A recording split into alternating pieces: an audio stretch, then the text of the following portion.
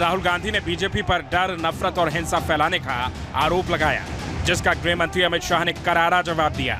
अमित शाह ने राहुल गांधी को इमरजेंसी की याद दिलाई और कहा कि राहुल गांधी को अपने बयान पर पूरे देश से माफी मांगनी चाहिए। इस देश में शायद इनको मालूम नहीं है, करोड़ों लोग अपने आप को गर्व से हिंदू कहते हैं, गर्व से हिंदू कहते हैं। क्या वो सभी लोग हिंसा की बात करते हैं, हिंसा करते हैं? अभय की बात तो इनको करने का कोई अधिकार नहीं है।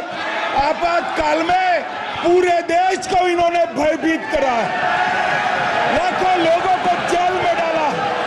श्री राहुल गांधी नेता प्रतिपक्ष, पहला भाषण होने के बावजूद माफी मांगनी चाहिए, न केवल सदन, पूरे देश की माफी मांगनी चाहिए।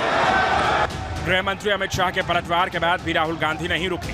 वो अलग ही तेवर में नजर आए, सरकार पर चुन चुन कर निशाना साधा। कहां तक इन्होंने डर फैला दिया है। राहुल जब बोल रहे थे तो दूसरी बार पीएम मोदी अपनी सीट पर खड़े हुए और फिर राहुल गांधी पर तंज कसा। लोकतंत्र ने और संविधान ने मुझे सिखाया है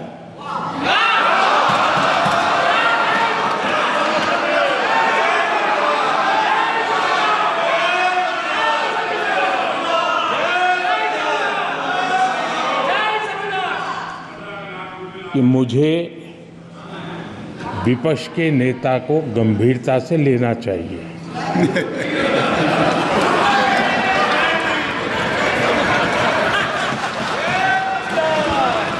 स्पीकर सर, हिंदुत्व के मुद्दे पर सत्ता पक्ष और विपक्ष एक बार फिर आमने सामने आ गए हैं। मुझे ये बोलते हुए अत्यंत खेद की अनुभूति हो रही है कि उनका बयान अभी बचकाने से उभर नहीं पाया है। एक अपरिपक्व बुद्धि का व्यक्ति ही इस प्रकार की बचकाना बयानबाजी करेगा। मैं श्री राहुल गांधी के इस प्रकार के वक्तव्य की निंदा करता हूं और कांग्रेस पार्टी से कहता हूं कि वह श्री राहुल गांधी से भारत की जनता से माफी मांगने के लिए कहें। स्पीकर सर, आपने कहा विपक्ष के तेवर इस बार इसलिए भी कड़े हो गए हैं क्योंकि लोकसभा में विपक्ष नेता का पद उसे मिल गया है। लेकिन जिस तरह हिंदुत्व पर राहुल गांधी ने बयान दिया है, उससे संसद से सड़क तक सियासी घमासान मच सकता है। राहुल गांधी ने बीजेपी पर डर, नफरत और हिंसा फैलाने का आरोप लगाया, जिसका गृह मंत्री अमित शाह ने करारा जवाब दिया। अमित शाह ने राहुल गांधी को इमरजेंसी की याद दिलाई और कहा कि राहुल गांधी को अपने बयान पर पूरे देश से माफी मांगनी चाहिए। इस देश में शायद इनको मालूम नहीं है, करोड़ों लोग अपने आप को गर्व से हिंदू कहते हैं, गर्व से हिंदू कहते हैं। क्या वो सभी लोग हिंसा की बात करते हैं, हिंसा करते हैं? अभय की बात तो इनको करने का कोई अधिकार नहीं है।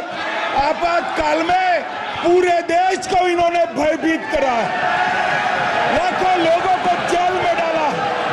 श्री राहुल गांधी नेता प्रतिपक्ष, पहला भाषण होने के बावजूद माफी मांगनी चाहिए, न केवल सदन, पूरे देश की माफी मांगनी चाहिए। गृह मंत्री अमित शाह के पलटवार के बाद भी राहुल गांधी नहीं रुके। वो अलग ही तेवर में नजर आए, सरकार पर चुन चुन कर निशाना साधा। कहां तक इन्होंने डर फैला दिया है। राहुल जब बोल रहे थे तो दूसरी बार पीएम मोदी अपनी सीट पर खड़े हुए और फिर राहुल गांधी पर तंज कसा। लोकतंत्र ने और संविधान ने मुझे सिखाया है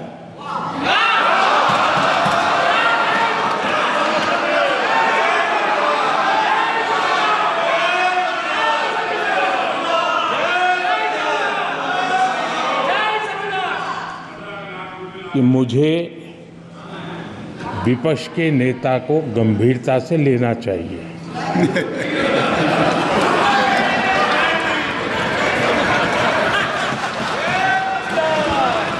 स्पीकर सर, हिंदुत्व के मुद्दे पर सत्ता पक्ष और विपक्ष एक बार फिर आमने सामने आ गए हैं।